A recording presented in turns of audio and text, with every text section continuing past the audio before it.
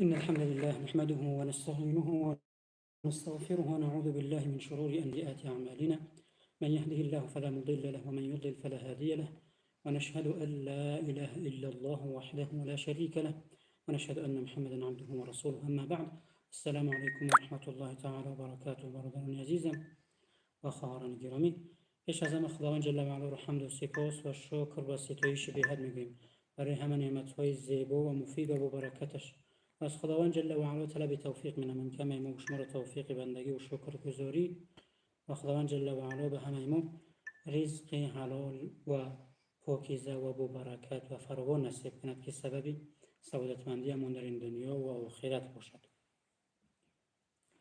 بیننده عزیز، چنان که می‌دانید یکی از عامل‌هایی که انسان را کامیاب و سعادتمند در این دنیا و آخرت می‌کند این کسب حلال است. این کسب حلال است. درآمدش را از کجا می‌گیرد؟ درآمدش را از کجا می‌گیرد و به کجا صرف می‌کند؟ ببینیم مؤمن در روز قیامت هیچ قدمی نمی‌گذارد پیش از آنی که از 4 چیز پرسیده شود. لا تزول قدم عبد یوم القیامة حتی یسأل عن 4. در روز رستاخیز وقتی انسان در روز قیامت میخیزد هیچ قدمی نمیگذارد پیش از آنی که از 4 چیز پرسیده شود. این 4 چیز چی اینقدر مهم که در اول پیش از آن که قدم بزند پرسیده میشود؟ چی است؟ از 4 چیز انسان پرسیده میشود. عن عمره فیما افناه، از عمرش که عمرش را در کجا صرف کرده است، او چی کار با کدام عمل عمرش را گذرانده است. و عن عمله فیما فعل، و از عملش چی کار میکرد. در کجا کار میکنیم بسیار مهم است. از کجا مزد مهنت میگیریم بسیار مهم است. اگر از جای پاکیزه و حلال و مهنت حلال باشد پس خوشا به حالتون. و این اکتفا نمیشود بلکه سوال دیم و من ماله من این اکتسب، و از مال انسان پرسیده میشود که مالش را از کجا به دست آورده است و کدام مهنت به دست آورده است. وقتی به این سوال جواب و در اخیر عن جسمه فیما ابله، و از جسمش پرسیده میشود که با آن چگونه رفتار کرد. پس بیننده عزیز باید ما بدانیم که ما در این حیات امتحان قرار داریم و هر عمل و هر سخن و هر نگاهی که از ما هست برادران و خواهران عزیزم خداوند جل و علا ما و شما رو میپرسد. خداوند جل و علا در قرآن سوره قاف میفرماید اعوذ بالله من الشیطان الرجیم ما یلفظ من قول الا لدیه رقیب عتید. انسان هیچ سخنی از دهانش نمیبرد مگر اینکه ملائکه های رقیبی او آن را می نویسند. هر سخنی که میگوید، چه هزل باشد، چه شوخی باشد، چه سخنی خوب باشد، چه بد، همه آن ثبت می شود و در روز قیامت یا به منفعت انسان شاهدی می دهد. اگر خوب باشد این سخنان، اگر بد باشند به ضرر انسان می انجامد. پس بیاید کسب حلال این کاری هست، مالی هست که ما از اونجا در مهنت خود از دست میاریم. باید هر عملی که میکنیم باید دور از ریبا و رشوه و دروغ و دیگر فریب باشد. پس نگاه کنیم یک تاجری که در تجارت است، در بازار میشیند تجارت میکند. تجارت این یک کاری هست که بسیار با برکت است، یک عملی هست که بسیار با برکت است، یک معامله‌ای که برکتش فراوان است. اگر در آن دروغ نگوید، فریب نکند، موی مردم را نخورد به ناحق، ترازو را نزند، پس بهترین کسب خواهد بود. ببینیم در قرآن در 2 جای قرآن خداوند جل و علا با چی سر میکند؟ در دو جا از سوره های قرآن رو با ویل شروع میشود. ویل چی؟ ویل یکی از نامهای وادی جهنم است و دیگر مفسرین گفتن که وای بر حال همین انسان. در دو جا آمده است. یکیش برای ناموس انسان ها است، ویل لکل همزة لمزة. اولین آیتش وای بر انسانی که مسخره میکنه، تمسخر میکنه دیگران رو، آبروی مردم رو میریزاند. و در سوره مطففین ویل للمطففین با این آیت شروع میشه. ویل و وای بر انسانهایی که ترازو رو میزنند، از ترازو میزنند، حق مردم رو میخورند، مردم رو فریب میدهند. پس تاجر خود انتخاب میکند که آیا بهترین انسان، سعادتمندترین انسان بهترین عمل را کند، یعنی صداقت داشته باشد، یا اینکه چه اگر دست به ترازو زدن، دست به فریب مردم بزند، ناکامترین انسان خواهد بود. پس خداوند جل و علا در قرآن سوره اعراف میفرماید اعوذ بالله من الشیطان الرجیم و یحل لهم الطیبات. خدا میگه ما برای شما چیزهای پاکیزه رو حلال کردیم و یحرم علیهم الخبائث، و چیزهای پلید رو برای شما حرام کردیم. در حقیقت ببینید هر چیزی که حلال است در ذهن و روح و جسم و ایمان انسان، هر چیزی حلال است منفعتناک است، و هر چیزی که حرام است در روح انسان، در سلامتی انسان، در عقل انسان، در ایمان انسان ضرر آور است. همه اینها حکمت دارند. پس از چیزهای پاکیزه و حلال استفاده کنیم، در راه حلال خدمت کنیم و کسب حلال به خود بگیریم. از کسبهای حرام، فریب مردم، رشوه، سود، ربا، از اینها دوری کنیم که سبب ناکامی در این دنیا و آخرت میشود. ببینیم از ابو هریره رضی الله عنه روایت است که پیامبر خدا صلی الله علیه و سلم فرمودند ان الله تعالی طیب لا یقبل الا طیبا. و درستی که خداوند جل و علا پاک است و جز پاکی رو نمیپذیرد، قبول نمیکند. و جز پاکی رو قبول نمیکند. و در دوام گفتند و ان الله امر المؤمنین بما امر به المرسلین. و خداوند جل و علا هر چیزی که بر مؤمنان فرمان داده است، امر کرده است، همون چیزها رو به پیامبرانش، فرستادگانش، همون چیزها رو امر کرده است. فقال تعالی، پس در اینجا پیامبر خدا صلی الله علیه و سلم آیتی را ذکر کردن، سوره مومنون آیت 51 یا ایها الرسل کلوا من الطیبات واعملوا صالحا. ای پیامبران، ای فرستادگان، از چیزهای پاکیزه بخورید و عمل صالح، و عمل صالح انجام بدید. و عمل صالح، و عمل صالح انجام بدید. ببینید در اینجا وقتی تفسیر رو نگاه میکنیم، حلالا طیبا، چیزهای پاکیزه، بعدش چی اومده است؟ طیبه. بعد از آن اومده است و عمل صالح. اول لقمات رو حلال کن، بعد عمل صالح انجام بده. بله السلام علیکم ورحمت الله. بله السلام علیکم ورحمت الله. السلام علیکم. میبخشیم که مرتبه بله بله.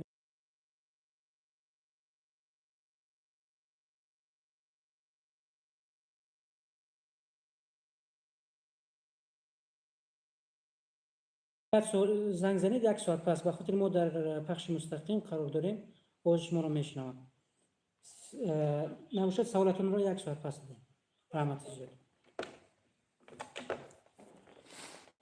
در اینجا سوره مومنون خداوند جل و علا میگه از چیزهای پاکیزه بخورید و بعد عمل صالح انجام بدید. عملهای صالح ما کدام وقت نزد پروردگارمون الله جل و علا قبول می شوند همون حالتی که همون وقتی که لقمه محلال باشد، کسب محلال باشد، همون وقت دعا شنیده می شود. پس بیاید در دام گفتند ثم ذکر الرجل، پس یک مردی را پیامبر خدا صلی الله علیه و سلم چیکار کردند؟ وصف کردند، قصه کردند که یطیل السفر، در سفری طولانی بود، اشغاث اغبر یمد یده الى السماء، بسیار لوچیده بود، ناامید بود، درک کرد که چی است؟ هلاکتش نزدیک است و دستش را به آسمان برداشت و گفت یا رب یا رب یا رب، ای پروردگارم ای پروردگارم ای پروردگارم، نجاتم بده. و مطعمه حرام و مشربه حرام و ملبسه حرام و غذی بالحرام فانا یستجاب له، در حالی که تمام خوردنیش از راه نامشروع و حرام بود، تمام نوشیدنیش از راه حرام بود، و ملبسه حرام، و همون لباس هایی که در تن داشت همونم از راه نامشروع به دست آمده بود، از راه حرام به دست آمد. و غذی بالحرام، از همه وزنین‌ترش این که با مال حرام به وایه رسیده بود. فانا یستجاب له، پیامبر میگه چگونه دعای چنین انسان اجابت شود؟ آیا ممکن است خوردنیت، نوشیدنیت، لباست، خودت با حرام، مال مردم و مال نامشروع به وایه رسیده باشی، دعایت استجابت شود؟ آیا ممکن است؟ اگر لقمه حلال نباشد دعا بالا نمی رود، به این معنا که دعا استجابت نمی شود، اجابت نزد پروردگار جل و علا نمی گردد. اگر می خواهیم که مناجات کنیم و دعا کنیم و خدا بپذیرد، یکی از شرط هایش چی است برادران و خواهران عزیزم؟ این که باید لقمه هایمون حلال باشد، کسبمون کسب حلال باشد. در این حالت کامیاب و موفق می شود. پیامبر خدا صلی الله علیه و سلم در حدیثی که من بیهقی روایت میکنه میفرمایند طلب کسب الحلال فریضة علی طلب الحلال فریضة بعد الفریضة، طلب رزق حلال فرض است بعد از فرض‌های الهی، یعنی بعد از روزه و بعد از نماز و بعد از این حج ها، بعد از این رکن‌های اساسی، کسب حلال، مهنت و زحمت کشیدن، اینم نیست چی است؟ فرض است، برای انسان واجب است، باید ای پی رزق روزی حلال شد و به خانواده‌اش و به فرزندانش تنها لقمه حلال و مال حلال بیارد و باید تقوا و پرهیزگاری داشته باشد. خداوند جل و علا در سوره طلاق می‌فرماید و من یتق الله یجعل له مخرجا، و هر کسی که تقوا و پرهیزگاری رو پیشه کند، از خداوند بترسد، در همه جای زندگیش، در تجارتش، در معاملهش، در کسبش، در تربیت فرزندانش، در همه کارش از خداوند جل و علا بترسد، یجعل له مخرجا، از هر وزنینی او رو بیرون میارد، از هر ناتوانی، از هر فقر و از هر ناداری او رو بیرون میارد. و یرزقه من حیث لا یحتسب، و او رو از راهی روزی میدهد، چنان فراوان روزی میدهد که من حیث لا یحتسب، هیچگاه در فکرش هم نبود که از آنجا به او روزی میرسد. پس همین است یکی از نشانه های قیامت. چی است؟ یکی از نشانه های قیامت همین است که انسان بی‌پروا شود، این حلال است و این که حرام. این کاری که من میکنم خداوند از آن راضی هست یا اینکه نه؟ پیامبرم راضی هست یا اینکه نه؟ بعضی ها رو من میکنیم و فرموده خداوند و پیامبر را میگویی که این عمل، این رشوه خوری، ریبا خوری، سود خوری، اینها راه‌های نامشروعند، راه‌های نادرستند. پس چی میگه؟ پس بمیرم از گرسنگی. آیا به ذات خداوند جل و علا و به صفت خداوند که رزاق است و بندگانش رزق می‌دهد فراوان، آیا تو ایمان نداری؟ بر خداوند سوگند اگر انسان به خاطر خداوند جل و علا یک عملی رو ترک کند، خداوند جل و علا بهتر از اون را برای او می‌دهد. پیامبر خدا صلی الله علیه و سلم در حدیثی که امام بخاری روایت می‌کند فرمودند یأتی علی الناس زمان لا یبالی المرء، روزی به مردم فرا میرسد، زمانی فرا میرسد که مردم پروا ندارند که همین مال از راه حلال است یا که از راه حرام. این نشانه از نشانه‌های روز قیامت است.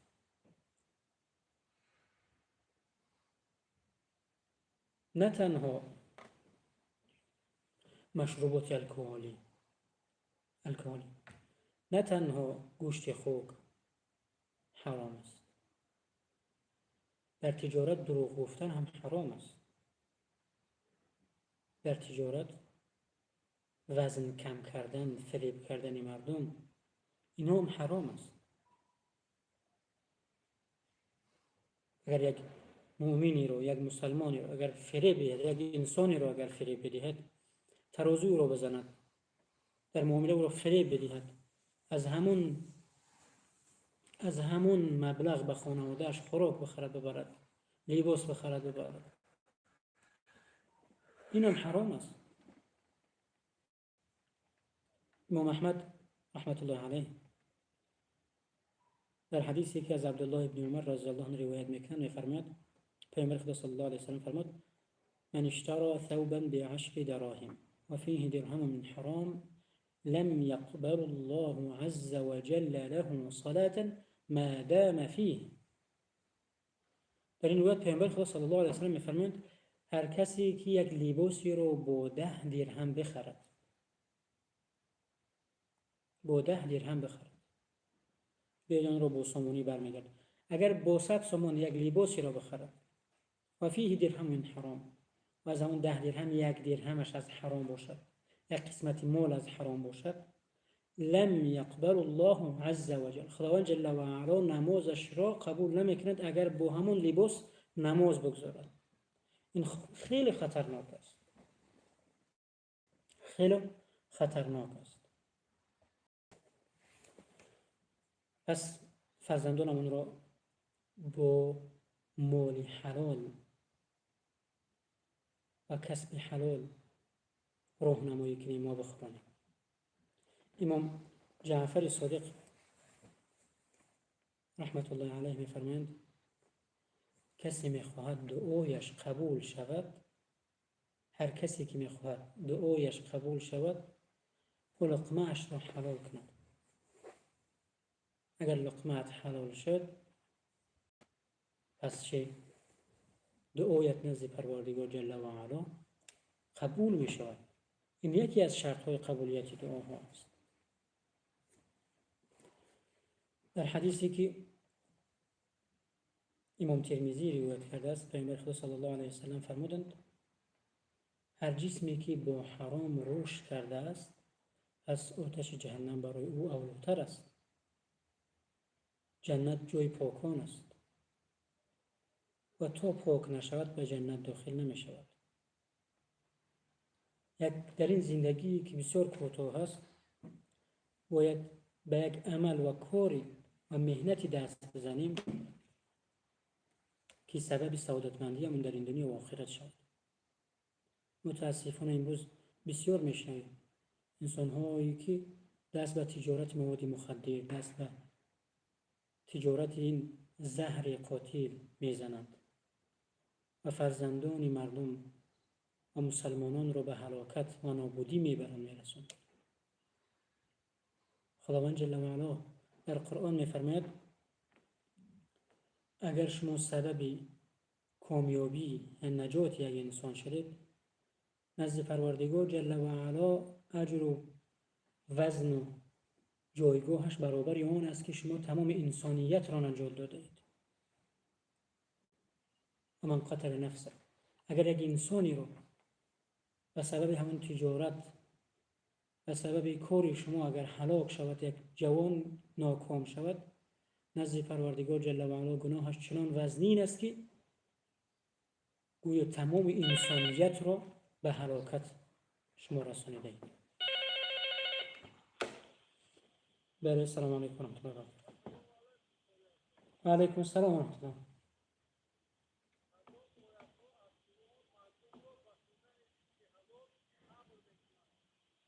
سلامت باشید، برکت می کدام آیات ها از قرآن مردم را به رزق حلال و کسب حلال راهنمایی میکنند؟ در اینجا سوره مومنون آیت 51 که خواندیم، خداوند جل و علا میگوید یا ایها الرسل کلوا من الطیبات و اعملوا صالحا انی بما تعملون علیم.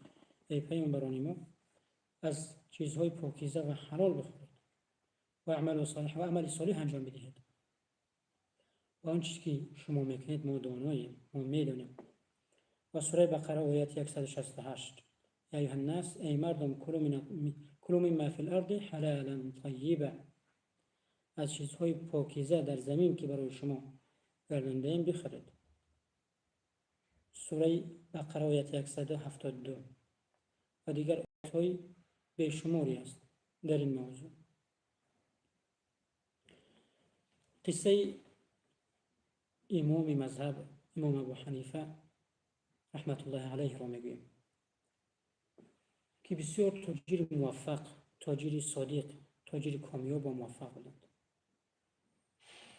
یک متاعی که نقص داشت و شاگرد شدند و گفتند که تأکید گفتند که وقتی همین رو میفروشی عیبش رو به مشتری و خریدار بگو که این مال حلال شود.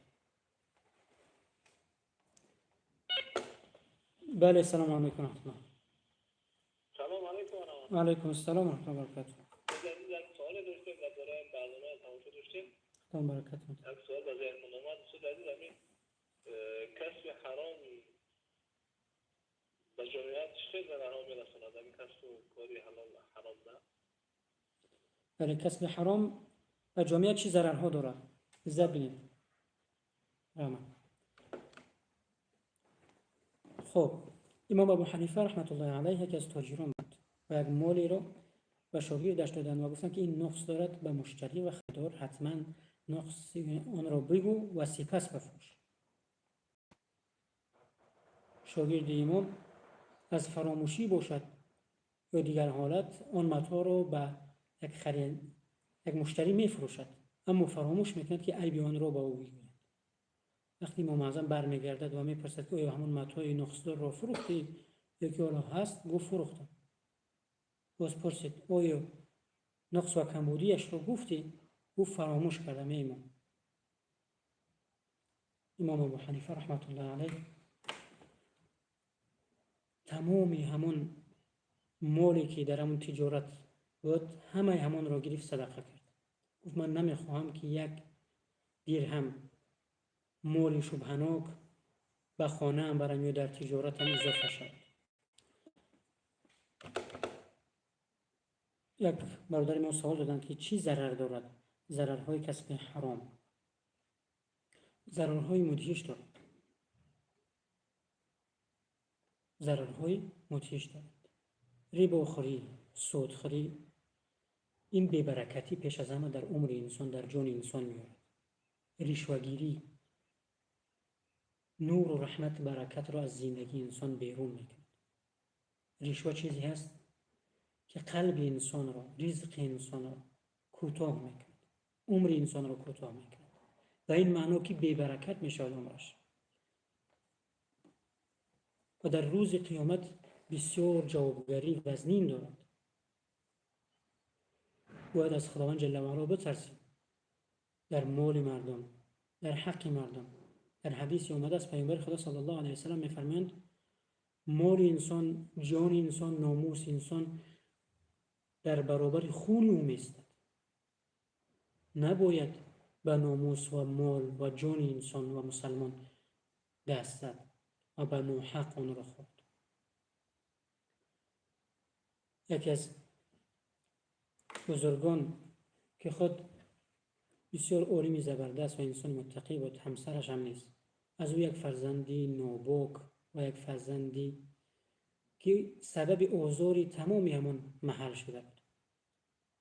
این انسان پرهیزگار بسیار در غم فرو رفت و گفت چی گناهی کردیم، چی کمبودی کردیم در تربیت فرزندانمان که اینقدر ناسپاس، ناشکر، اینقدر بدرفتار و بد اخلاق شده است. پس هر دو شیشتن در زیاد فکر کردن. بعد در یادشان آمد یکی از اون که مادرش گفت وقتی که این فرزندم در بطنم بود، حامله بودم، روزی در همسایگی مهمونی در همسایگی بودم، اناری داشتم، یک هوسم کرد، یک سوزن زدم و از اناری همون همسایه ناپرسیده از آن خوردم. پس گفتم که همین سبب شده است که امروز این فرزند سبب شرمساری و خجالتی ما شده است. اگر می‌خواهیم در تربیت فرزندانمان کامیاب و موفق باشیم، برادران و خواران عزیزم، باید خیلی و خیلی احتیاطکار باشیم. خیلی و خیلی احتیاطکار باشیم که یک لقمه ناپاک را به خانه‌مان نبریم، برای اینکه یک لقمه میتواند تمام عمریم، مالیم، فرزندان ما را تباه و بی برکت کنید. بله، سلام علیکم رحمت الله. علیکم السلام. معذرت داماد یک سوال داشتیم. بله. چرا همین دعای شخصی که از حرام مخرب قبول نمیشود؟ بله. سلامت باشید. سلامت باشین از جان. برکت الله. ما در حدیثی گفتیم که برای چی قبول نمیشود؟ وقتی لقمه حرام شد قلب سیاه میشود، ایمان کاسته میشود. وقتی لقمه حرام شد دیگر انسان خداوند همون رابطه‌ای که هست کنده میشود. لقمه حرام شد دیگر دعا نزد پروردگار جل و علا قبول نمیگردد. همین آیت رو ببینید که خداوند جل و علا میگه کلوا من الطیبات، از چیزهای پاکیزه بخورید و عمل صالح، سپس عمل صالح انجام بدید. اگر لقمه حلال نباشد عمل صالح و دعا پذیرفته نمیشود. خداوند تنها از پاکان قبول میکند. ان الله طیب، و درستی که خداوند پاک است، لا یقبل الا طیبا، بجز پاکی نمیپذیرد. وقتی لقمه حرام باشد، دارایی همه حرام باشد، چگونه خداوند جل و علا این بنده اش را اجابت کند؟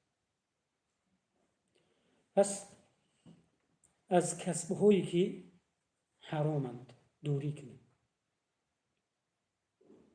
از ربا، از رشوه، در هر جایی که است، در فروختنی، از فروختن چیزهای حرام دوری کنیم. برای اینکه بی برکتی میاد در عمر انسان، در زندگی انسان. در پرهیز باید داشته باشیم از ربا، باید پرهیز از فریب داشته باشیم. در حدیثی که امام حسن رحمت الله علیه، امام حسن رضی الله عنه، نبیره پیامبر خدا صلی الله علیه و سلم، از پیامبر محمد مصطفی صلی الله علیه و سلم روایت میکند، میفرمایند دع ما یریبک الی ما لا یریبک،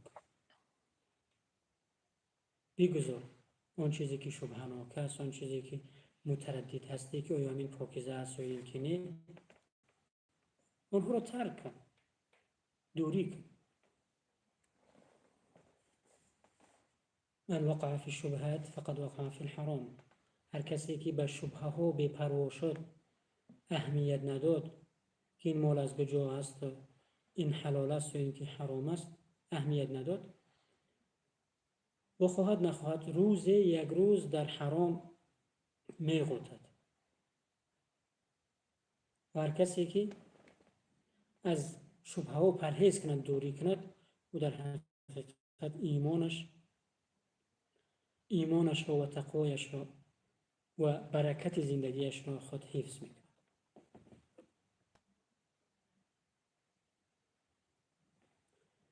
پس پیامبر صلی الله علیه و سلم دعایشان این بود: اللهم اکفینا بحلالک عن حرامک. پروردگارا، اللهم اکفینا، به ما کفایت کن. پروردگارا، به ما رو کفایت کننده بگردان در حلال. و اغنینا بفضلک عمن سواک. با فضل خود ما رو بی نیازی همه مردم بگردان.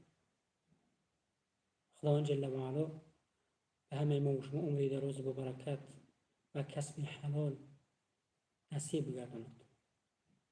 و هر چیزی که گفتیم از آیات ها و حدیث ها، آن چیزی که درست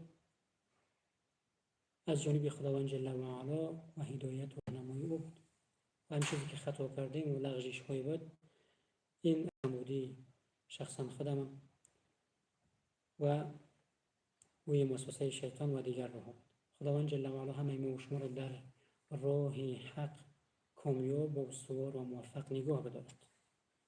خداوند جل و علا به همه ما و شما کسب حلال، رزق حلال و برکت و سعادتمندی دنیا و آخرت نصیب کند. تو برنامه دیگر در راه رحمت پروردگار جل و علا بمانید.